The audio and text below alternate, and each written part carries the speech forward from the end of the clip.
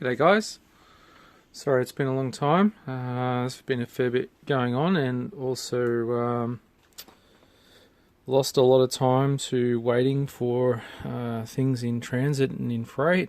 But you can see the first shot is my cells. So I've finally, my 51 amp hour pouch cells have arrived. These are the best that I could afford. They're a very high quality cell. They're used in a lot of car manufacturers and some electric scooters and bikes that are coming out on the market now. So these are the highest energy density per kilogram and per size that I could afford and that I could source in small quantities. And I have also finished fabricating the holders. So I've had these little holders made that will house 2 cells per holder, and you can see that they stack up quite nicely, so they will clip together. And I've got some little clip brackets that go in there that will hold them all nice and neatly together. So that will form a bigger bank of cells. So you can see that this is just a mock-up of the empty cell holders that I've got taped together, and this is 1/2 of the battery pack that will go in the motorbike. So these are a pretty neat sort of setup. The biggest challenge is obviously they've got these tabs on each end that I'll need to fix to. Now I've got that pretty well sorted. I think I've taken some of the best advice that I can find online, as well as advice from the manufacturer of these cells. You can see that the cells actually have odd sized tabs from factory. So this one here has been laser welded with a bit of extra nickel for me, and this one here comes as a standard big tab size. So this one's actually quite small for a factory, so you can see it's very short, so it's very difficult for a regular backyard manufacturer like me to do. So I optioned that as an option to connect on. So how I intend to do it, I've mocked up these end plates as kind of a 3D printed test for a printed circuit board that I'm going to manufacture. So what we can do on this particular one, you can see that these are the slots the tabs would go through, and these are some holes for some nuts. And what I'll do is I'll clamp a bus bar on the top of the PCB and solder some nickel plated nuts on the back of the PCB. So that'll go over the tabs, so it'll slide on, and that is going to be pretty difficult to do. Still haven't figured that bit out, and then I'll be able to bend the tabs over the top of one another. Might need to trim some, might need to not trim some, depending on which series we're going up the ladder, and then we can clamp the bus bar over the top with some heat transfer, some electrical transfer paste in there. So we've got contact on the back on the PCB and on the front on the bus bar. It'll carry most of the load. I had considered getting it laser welded. I honestly can't find anyone that can laser weld this length, and it's willing to also laser weld on a battery pack. There was one company I was speaking to in Melbourne for a little while, but yeah, they backed out on the concept because they weren't willing to laser weld battery packs. It was too dangerous. yeah, so it's going to be mechanical fixing. So basically these will be side by side. I'll run 2 cells in parallel, and then we'll go series up the pack, and we'll have 2 PCBs and then a bus bar to join the 2 together across the pack, and then that'll be a nice, neat, mechanically strong but also electrically quite strong, because we've got a few ways for the electricity to move through. Some of the school more learned people will probably think most of the electricity will travel through the PCB because it's gold plated.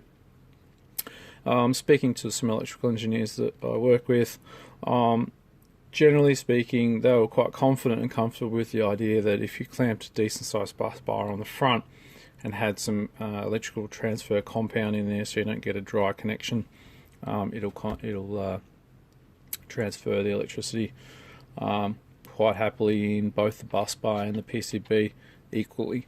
And they seem to like the idea of the PCB at the back, just as kind of a backstop for when you do clamp it on.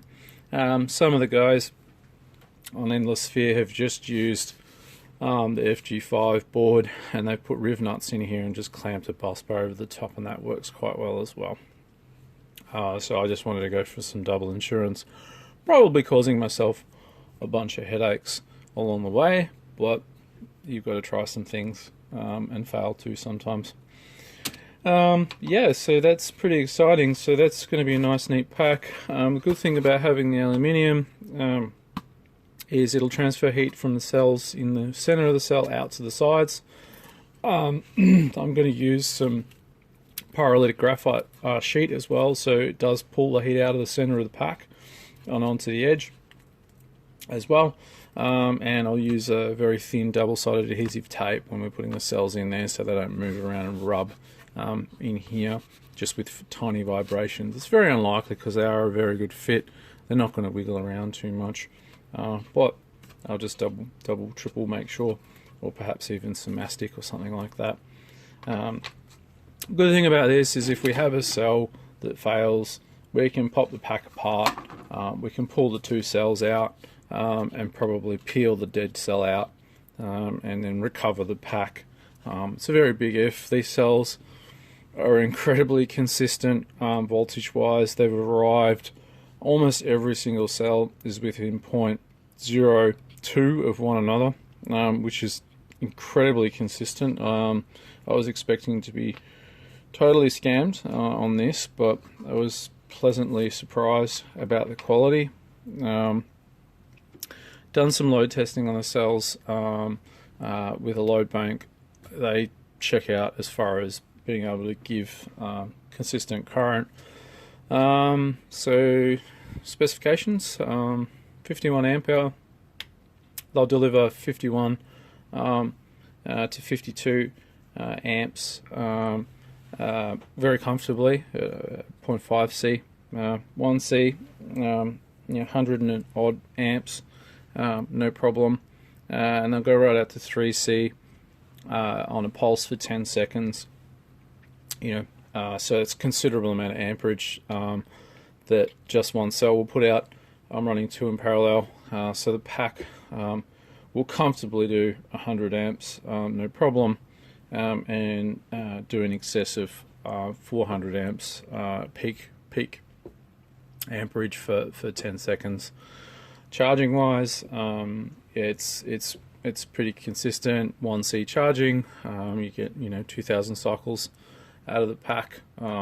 If you charge up to 80%, you get something like 1,600 cycles if you go to 100% of charge. So there's a bit of reduction there if you push the cell voltage right up, as with all lithium batteries. So yeah, it's pretty consistent performance with what we'd expect. So I'm actually really excited about that. So over the next weeks, I'll be getting these PCBs drawn up and manufactured. That'll take a little while to come in, but it doesn't let me. It doesn't stop me from doing other work. and I can now also use the cell holders as a whole to be able to now start to mock up where it goes in the bike frame. So there's a couple of problems we've run into. Like every good project, we've started to run out of space a little bit up in here. So it looks like we're going to have to remove a section of this top tube that sits up underneath the tank here, which is a little bit frustrating, but it is what it is.